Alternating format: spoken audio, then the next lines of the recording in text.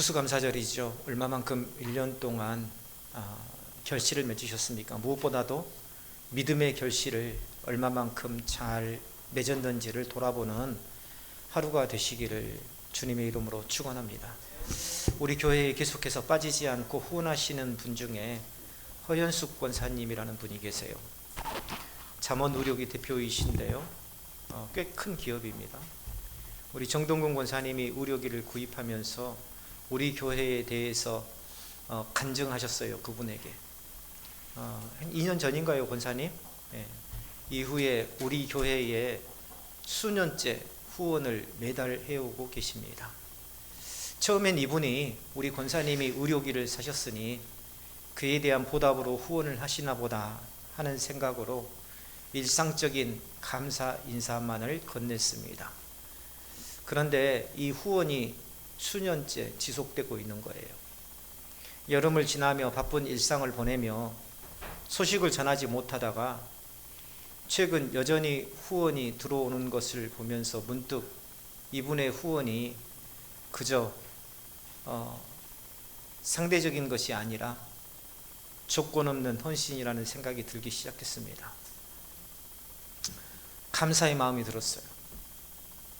그냥 후원을 해주신 분에 대한 일상적인 감사가 아니라 내 마음속에서 정말 감사의 마음이 들었습니다.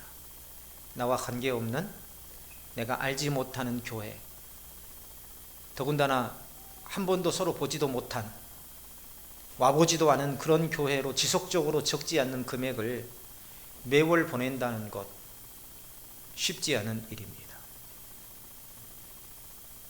사람들은 누구나 자신의 선행이 드러나기를 원하고 그러기에 남모르게 하는 것 쉽지 않습니다.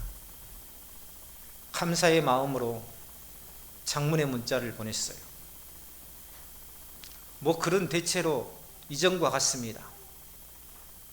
교회에 간락한 현황을 소개하고 후원으로 인해 또 권사님의 기도로 인해 교회가 잘 세워져 가고 있다는, 이전의 글과 별반 다를 게 없는 글. 그런데 마음속에는 깊은 감사를 느끼면서, 이전의 글과 다름없었지만 마음속에는 정말 깊은 감사를 느끼면서 그 메시지를 보냈어요. 바로 답장이 왔습니다. 목사님, 소식이 없어서 다른 교회로 부임해 가셨나 있습니다. 주소 보내주세요. 그리고 저 뒤에 놓인 선물을 택배로 보내셨습니다. 비누와 치약을 각각 300개씩 보내오셨어요. 비누가 소비자가가 하나에 35,000원, 비누가 30,000원, 치약이 35,000원 정도 하더군요. 고급 비누, 고급 치약이에요. 이거 도매로 하시는 거니까 얼마 안 되겠지, 그렇게 생각하지 마세요. 예. 정말 좋은 물건을 아낌없이, 그 금액으로 따지면 굉장히 큰 금액이죠. 아낌없이 보낼 수 있다는 것, 아무나 할 수 있는 것이 아닙니다. 우리가 누리고 있는 모든 좋은 것들 중에 누군가의 헌신으로 인해서 이루어진 것들이 참 많더라. 이번에 교회에 차를 새로 주문을 했습니다. 우리 권사님들의 헌신과 특별히 우리 정동훈 권사님이, 제가 금액의 한계가 있어서, 온라인으로 금액의 한계가 있어서 직접 대표가 가서 도장을 찍어서 입금과 지출 송금을 해야 되기 때문에 제가 따라갔는데, 정동훈 권사님이 몇 천만 원이나 되는 금액을 적금을 해지를 해서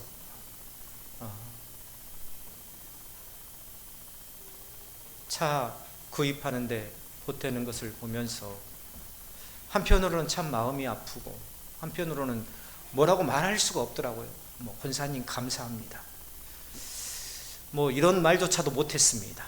사실은 그게 너무나도 가볍게 느껴질 것 같아서. 사실은 저는 그렇게 큰 헌금을 해본 적이 없습니다. 또 그만한 재정도 없었으니까요. 이렇게 한 푼 두 푼 모아서 이 거금을 모아서 주의 일을 위해서 내놓는 저분의 마음은 어떤 마음일까? 저분의 믿음은 어떤 믿음일까? 사실은 저로서는 가늠하기 어려웠습니다. 내가 자문의료기라는 그런 사업을 하지만, 그러나 선뜻 아무것도 모르는 교회, 그 목사가 어떻게 생겼는지도 모르는 교회, 그 교회를 위해서 값비싼 물품을 후원할 수 있는 저분의 믿음은 도대체 어떤 믿음일까? 진실함은 진실함으로 이어진다고 하죠. 신학자 C.S. 루이스도 이와 같이 비슷한 말을 했습니다. 거짓으로 맺은 관계는 언젠가는 무너지고 진실로 맺은 관계는 영원히 남는다고 말이죠. 그렇습니다. 거짓은 벽을 세우지만 진실은 다리를 놓는 법입니다. 따라서 해볼까요? 거짓은 벽을 세우지만 진실은 다리를 놓는다. 오늘 말씀을 묵상하면서 설교를 준비하는데 하나님께서 내게 이 음성을 주셨어요. 거짓은 벽을 세우지만 진실은 다리를 놓는다. 내 인생에 수많은 다리를 놓는다는 것, 대단한 일입니다. 감사의 마음을 담아서 전하는 것, 이것이 바로 다리를 놓는 일 아닐까요? 감사라는 말과 진실이라는 말과 같은 말입니다. 왜 그렇습니까? 진실하지 않는 감사는 감사가 아닌 형식이고 절차일 뿐이기 때문입니다. 생각해 보세요. 우리가 누군가의 결혼식에 축의금 보내죠? 장례식에 조의금 보내죠? 진정한 마음이 들어가 있지 않는 조의금, 진정한 마음이 들어가 있지 않는 축의금은 과연 그것이 마음인지 아니면 형식과 절차일 뿐인지, 벽을 세우는 삶이 아니라 다리를 놓는 삶이 되기를 주님의 이름으로 축원합니다. 이게 바로 오늘 추수감사절에 하나님께서 우리에게 주신 메시지입니다. 벽을 세우는 삶이 아니라 다리를 놓는 삶이 되어라. 인생은 모두가 다 섬 같다라는 생각이 듭니다. 특별히 제가 섬에 대해서도 글을 쓴 적이 있는데요.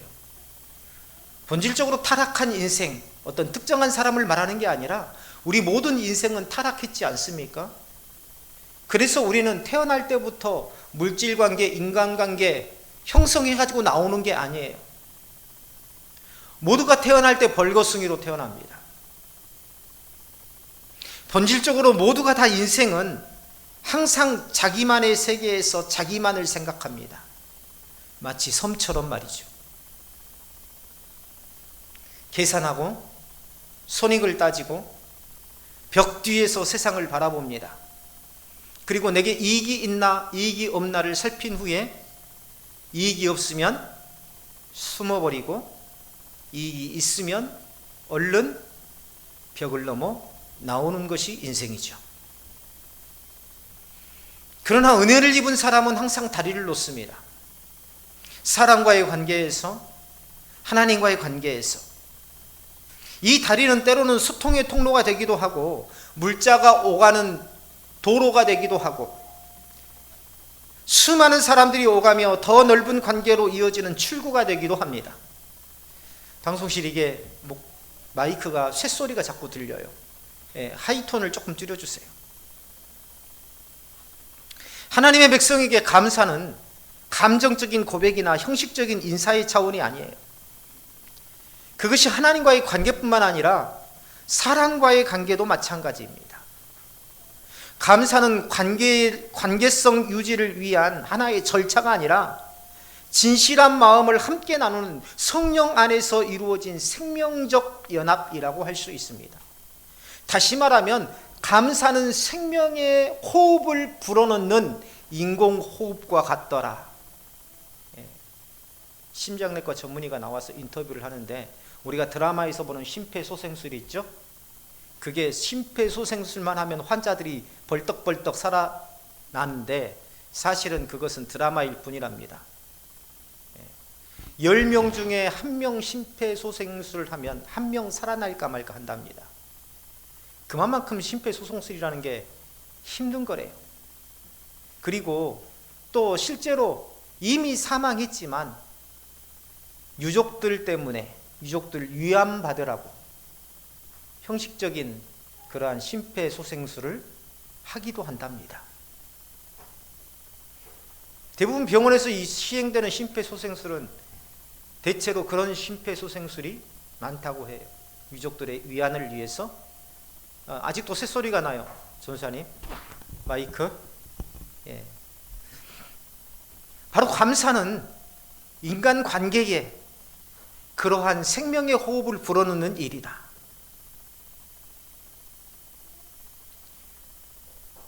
섬은 고립을 의미하죠. 내 삶에 진정성 있는 감사가 없다면 내 삶을 스스로 섬으로 만들고 있는 겁니다. 상대편이 나에게 무엇인가를 해주어서 감사가 아니라 항상 감사. 나에게 좋은 날씨 주신 것도 감사,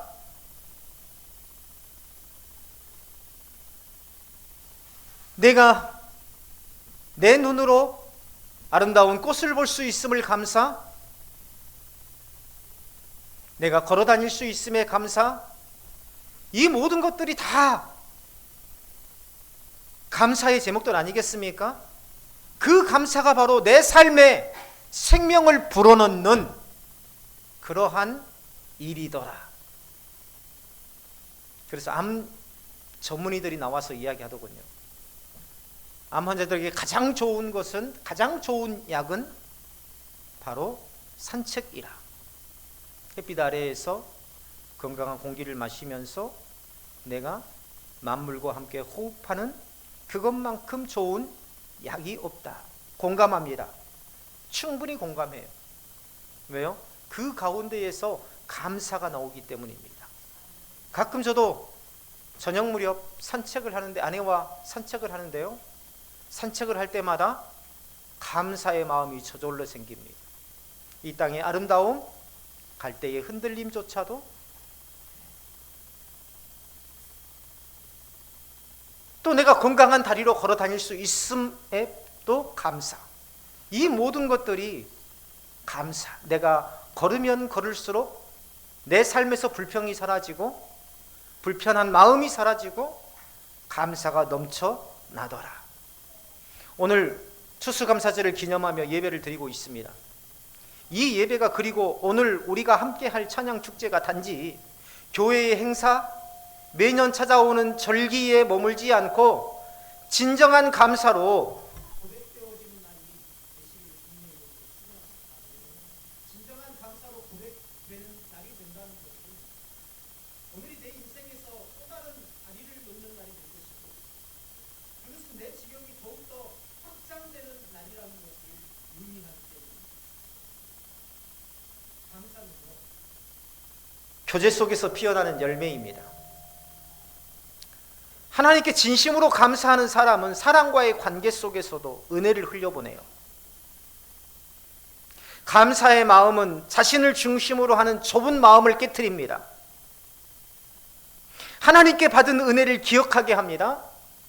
그 은혜를 이웃에게 전합니다. 앞서 말했듯 우리 권사님들이, 또 우리 허윤숙 권사님이 그렇게 할 수 있었던, 감사를 할 수 있었던 이유가 뭘까요? 내 중심의 마음을 깨트릴 수 있었던 거죠. 무엇을 통해서? 감사를 통해서. 그것보다 내게 주신 감사가, 하나님께서 내게 주신 감사의 제목들이 더욱더 가치 있고 크다는 것을 깨달았기 때문이 아닌가. 감사가 있는 곳에는 비교와 시기가 사라집니다. 서로를 세워주는 격려가 자라나죠. 결국 감사는 신앙의 깊이를 드러내는 가장 실제적인 표현이더라는 것입니다. 하나님 나라의 공동체를 건강하게 세워가는 영적인 호흡이다. 오늘 우리가 봉독한 시편 163편은 그 인자하심이 영원함이로다라는 고백이 후렴구처럼 반복되고 있어요.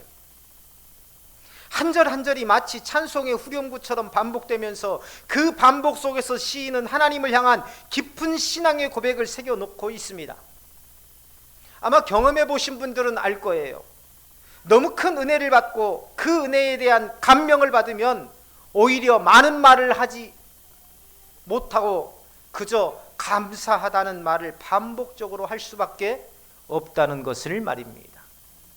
내가 너무 큰 은혜를 받으면은요, 거기에 대해서 어떻게 말을 할 수가 없어요. 그저 내 존재가 너무나도 작게 되어서 감사합니다. 감사합니다. 이 말밖에 하지 못하더라.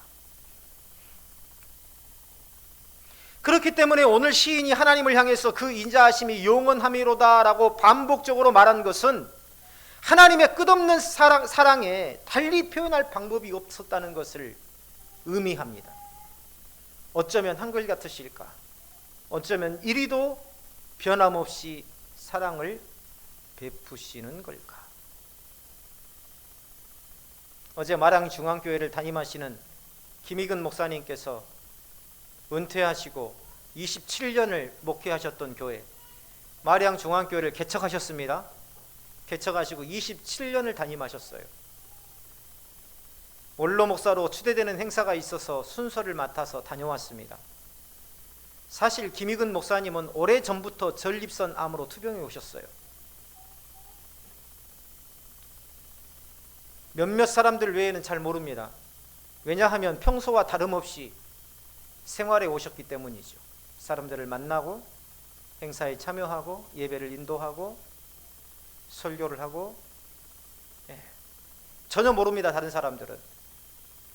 지난 10월 23일 금요일에 정들었던 27년간 목회했던 교회, 여기에서 떠나 목포로 이사를 하셨는데 그 소식을 듣고 가보지는 못했어요.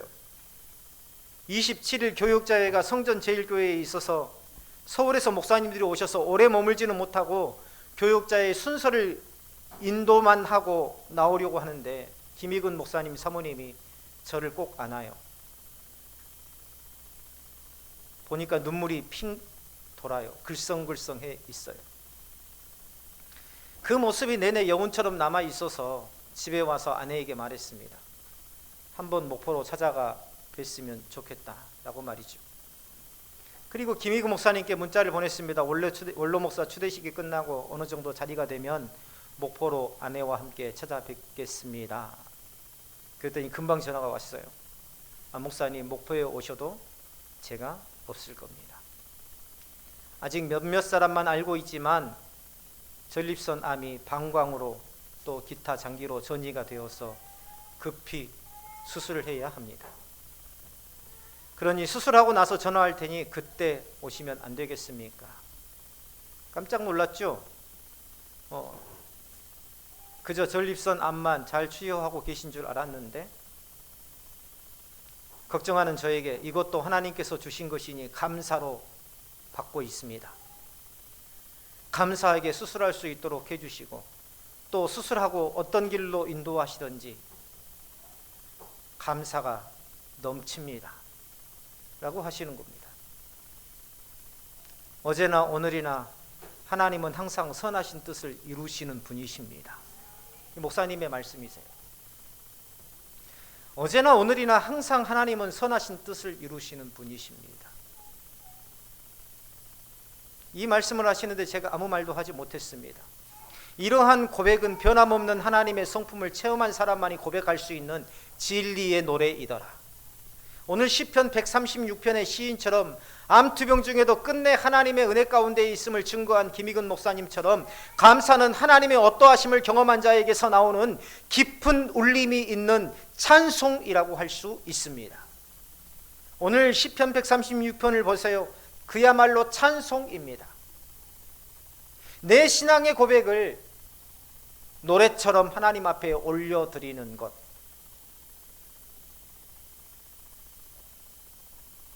하나님께 감사할 수 있는 것은 내 육체가 편안하고 모든 것이 만족스러워서 할 수 있는 것이 아니라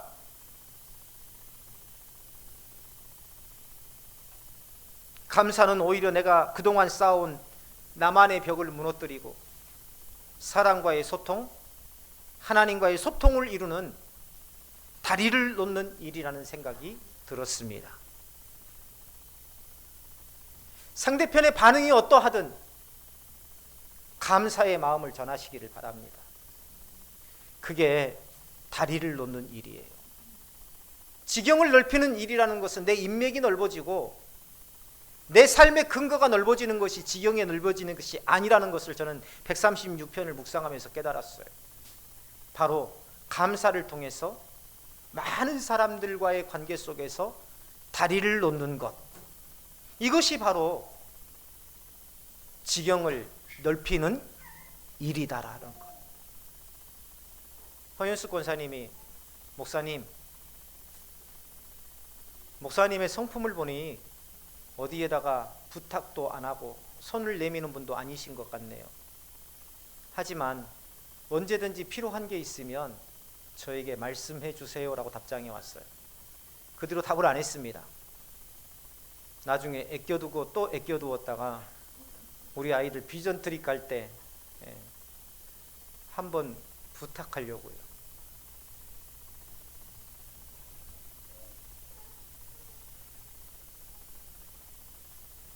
다리를 놓는 삶을 사시기를 바랍니다. 항상 내 거울 앞에서 내 얼굴을 한번 보세요. 내 얼굴은 감사가 넘치는 삶인가? 아니면 내 속에 불평과 불만이 가득한 그런 얼굴인가? 시인은 오늘 성경에서 왜 감사해야 한다고 말하고 있습니까? 우리 1절을 다 같이 한번 읽어볼까요? 1절 시작. 여호와께 감사하라. 그는 선하시며 그 인자하심이 영원함이로다. 하나님은 선하시기 때문이라고 말하고 있습니다. 하나님은 선하시기 때문에 감사하라는 것입니다. 김영우 목사님이 전화 통화를 하면서 어제나 오늘이나 하나님은 항상 선하시기 때문에 내가 지금 그러한 암이 전이가 되어서 깊고 깊은 고통 속에 있을지라도 하나님은 항상 선하시다는 것을 알기 때문에 감사할 수밖에 없더라. 그 선하심이 시간 속에서 변하지 않고 시간과 시간, 사건과 사건, 세대와 세대로 이어지는 인자하심으로 드러나기 때문에 시인은 하나님께 감사하라는 것입니다. 인자하심이라는 말을요, 히브리어로 헤세드라고 합니다. 들어보셨죠? 헤세드. 그냥 고통받는 것이 불쌍해서 살려달라고 부르짖는 것이 안타까워서 하나님께서 그래 알았다 내가 구해주마 하고 자비를 베푼 것이 아니라, 이 헤세드라는 말이 무슨 말이냐면 오래전부터 계획되고 실행되어 온 언약적 사랑이라는 것입니다. 좀 어렵죠? 좀 쉽게 말해보면요, 내가 힘들어하고 고통스러워하니까 내가 너를 구해줄게가 아니라, 이게 헤세드의 뜻이 아니라 너는 내가 택한 아들이야, 너는 내가 택한 자녀야, 그러니 걱정 마, 내가 너를 반드시 구해줄 거야. 이게 바로 헤세드의 합당한 해석이라고 할 수 있습니다. 이게 바로 하나님의 인자하심입니다. 하나님께 우리는요, 지나가다가 발견한 불쌍한 인생이 아니라 영원전부터 택한 하나님의 자녀입니다. 하나님께서 그러한 자녀에게 언약을 주시고 그 언약을 끝까지 지키시는 신실한 사랑, 그것이 바로 오늘 시인이 말하는 여호와의 인자하심이더라. 그렇기 때문에 시편 136편의 고백은요, 하나님이 나에게 좋게 대해 주셨다는 그런 차원이 아니에요. 고통 중에 있는 나를 구원해 주셨다라는 그런 차원이 아닙니다. 하나님의 언약은 결코 깨지지 않는다라는 거예요. 하나님의 언약은 결코 깨지지 않는다. 신앙의 확증이죠. 인생이라는 이 광야를 지나면서 감사하기 어려운 순간이 있더라도 언약적 사랑을 붙드는 자는 하나님을 신뢰하며 감사할 수 있더라. 아픈 사람이 가장 듣고 싶어하는 말이 뭘까요? 네? 그렇죠. 당신이 아파하니 치료는 해보겠지만, 노력은 해보겠지만 장담할 수 없네요. 이런 말 원할까요?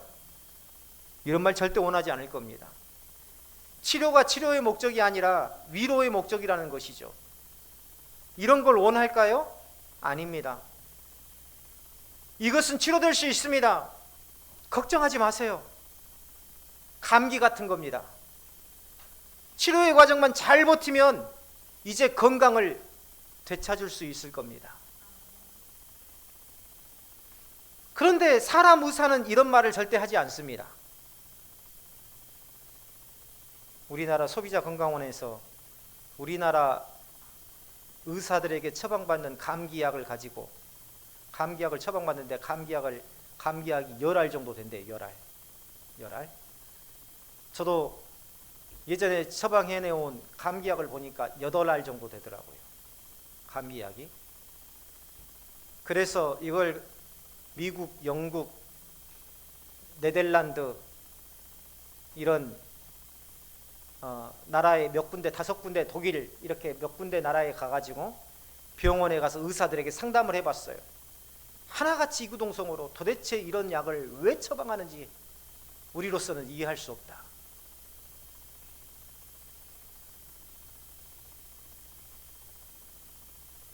그냥 기계적으로 하는 겁니다. 기계적으로 감기에는 이런 약을 처방해야 돼. 방광으로 투병하셨던 우리 아버지를 모시고 병원을 다니며 느꼈던 것은 의사들은 한결같이 기계적으로 질병을 대한다는 사실입니다. 감기는 이렇게 처방해야 돼. 우리가 잘 아는 강진읍에 있는 병원에 가면은요, 감기로 왔습니다. 목이 아픕니다. 기침을 합니다. 네. 청진기도 안 대봐요. 네. 주사 한 대 맞고 약 처방해 가시죠. 굉장히 기계적입니다.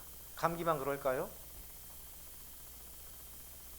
마치 교범에 나온 것처럼 이럴 땐 이러한 치료, 저럴 땐 저러한 치료.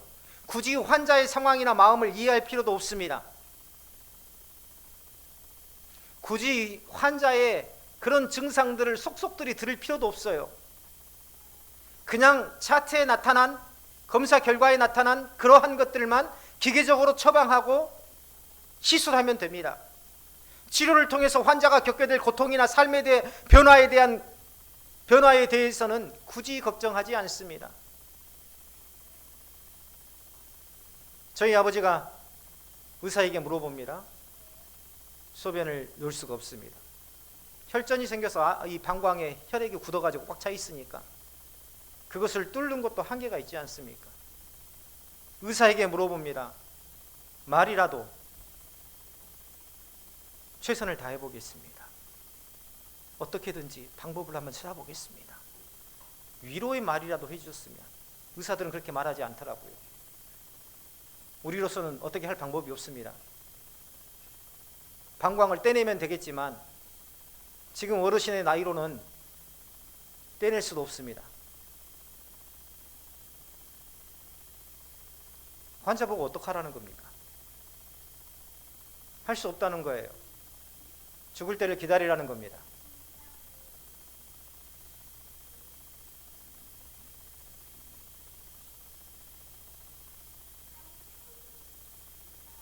환자가 소변줄을 달 때의 그 고통스러움, 그 삶의 불편함 생각해 보세요. 환자가 소변줄을 달고 있으면은요, 얼마나 많이 일상이 깨지는 줄 아세요?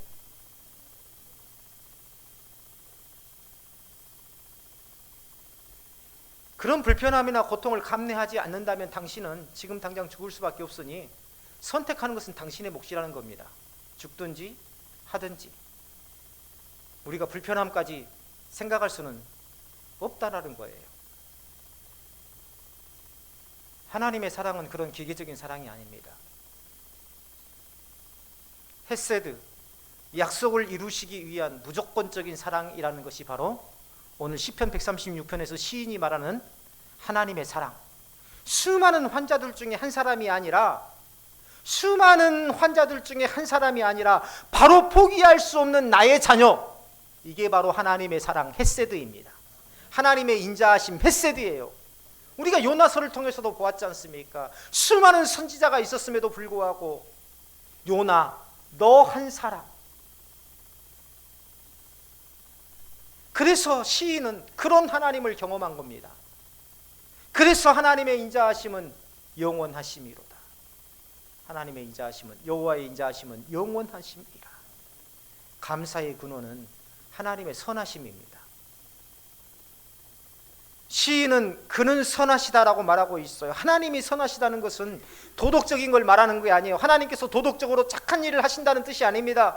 하나님의 본질적인 성품을 말한 겁니다. 하나님께서는 스스로의 뜻에 따라서 의롭고 완전하게 행하신다는 뜻입니다.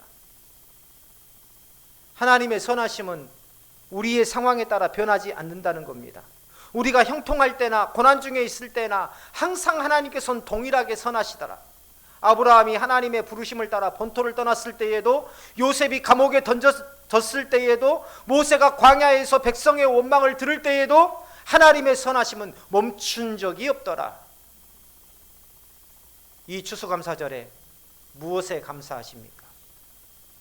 우리가 감사해야 될 것은 내가 잘 먹고 좋은 집에서 좋은 차를 타고 건강하고 있음에 감사해야 될 것이 아니라 그 모든 것들을 선함으로 이끄신 하나님께 감사해야 될 줄로 믿습니다. 개혁주의 신학자 조나단 에드워즈는 하나님의 선하심은 그분의 영광을 드러내는 수단이며 인간이 하나님 안에서 참된 기쁨을 누리게 하는 통로다라고 말하고 있습니다. 감사의 출발점은 내 상황이 아니에요. 감사의 출발점은 하나님의 성품입니다. 시인은 자신이 어떤 처지에 있든지 그는 선하시다라고 고백함으로써 환경이 아닌 하나님으로부터 감사의 이유를 찾더라는 것입니다. 내가 지금 어떤 고통 중에 있더라도, 어떤 어려움 속에 있더라도, 그러나 이 어려움으로 인해서 내 삶이 매몰되지 않고 하나님의 선하심은 반드시 나를 굳건한 믿음으로 세워서 쓰실 것이라는 그 확신이 감사를 갖게 하더라는 것입니다. 이게 바로 세상적인 감정적인 감사와 구별되는 신앙의 감사, 믿음의 감사인 것입니다.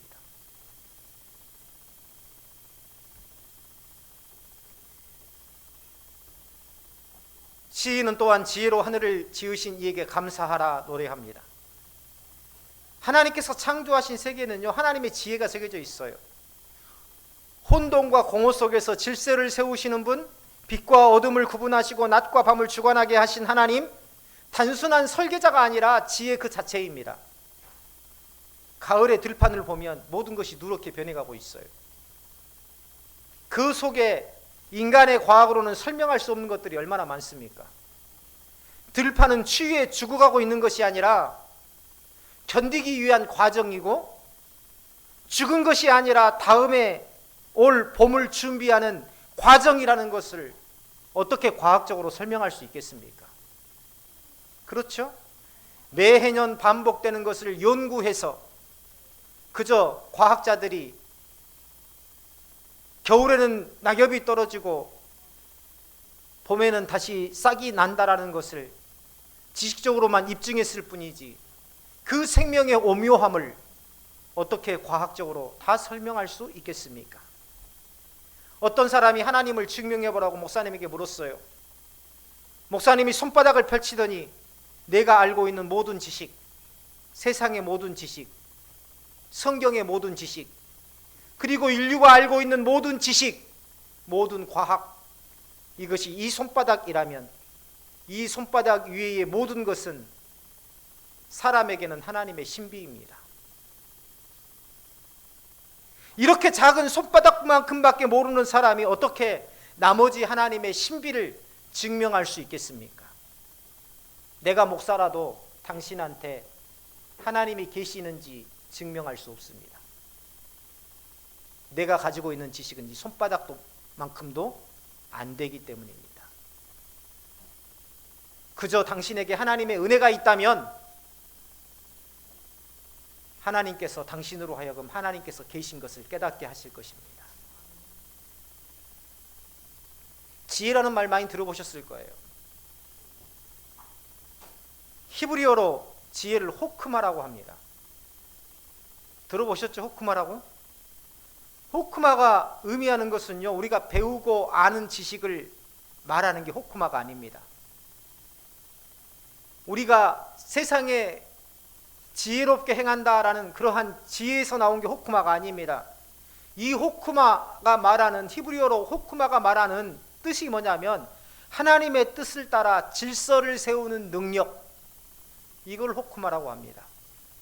즉 하나님의 지혜는 창조의 세계를 운행시키는 원리이자 하나님의 통치의 질서의 표현입니다. 다시 말하면 지혜로운 사람은, 지혜가 있는 사람은, 믿음의 지혜가 있는 사람은 자기의 길을 떠나서 하나님의 길로 들어와 하나님의 질서를 회복시키는 그러한 능력을 가진 자이다. 시인은 만물의 그 질서 속에서 창조주이신 하나님의 손길을 보고 감사하죠. 우리 눈에는요, 일상적인 낮과 밤의 반복이 지루하게 느껴질 수 있습니다. 그렇죠? 저도요, 사업 실패하고 나서 오랫동안, 몇 달 동안 방 안에서만 지냈습니다. 전화 오는 것도 두려워요. 누구를 만나는 것도 두렵습니다. 완전 그러기죠. 몇 달 동안 방 안에서 이불을 둘러쓰고 잠이 오나요? 잠을 자는 것도 하루 이틀이죠. 잠조차 오지 않습니다. 그래도 누워만 있어요. 마음의 상태가 완전히 그러기에 빠진 거예요. 그때는 처음에는 해가 밝으면 낮이구나, 어두워지면 밤이구나. 나중에는 낮인지 밤인지도 모릅니다. 왜냐하면요, 더 깊어지면, 더 그러기가 깊어지면 어떻게 가냐면요, 해도 싫어요. 제가 경험해서 잘 압니다. 해도 싫어요. 그래서 달력을 뜯어가지고요, 얇은 이불로 해가지고 창문을 다 막습니다. 그 상태로 계속 있는 거예요. 그런데 어느 날 용기를 냅니다. 하나님께서 내 환경을 회복시키기 전에 내 마음을 회복시키신 거예요. 용기를 내요. 그래, 내가 이렇게 살면 안 되잖아. 나가보자. 그래서 용기를 내고 방문을 열고 집 밖으로 나와서 걷는데 얼마나 바람이 신선하든지, 얼마나 해가 따사롭던지, 지나가는 아이들의 웃음소리, 그 표정이 얼마나 아름답던지, 하늘을 보니까 그 구름이 얼마나 하얗고 탐스럽던지, 그래, 이렇게 아름다운 세상 내가 왜 벽을 치고 살았을까?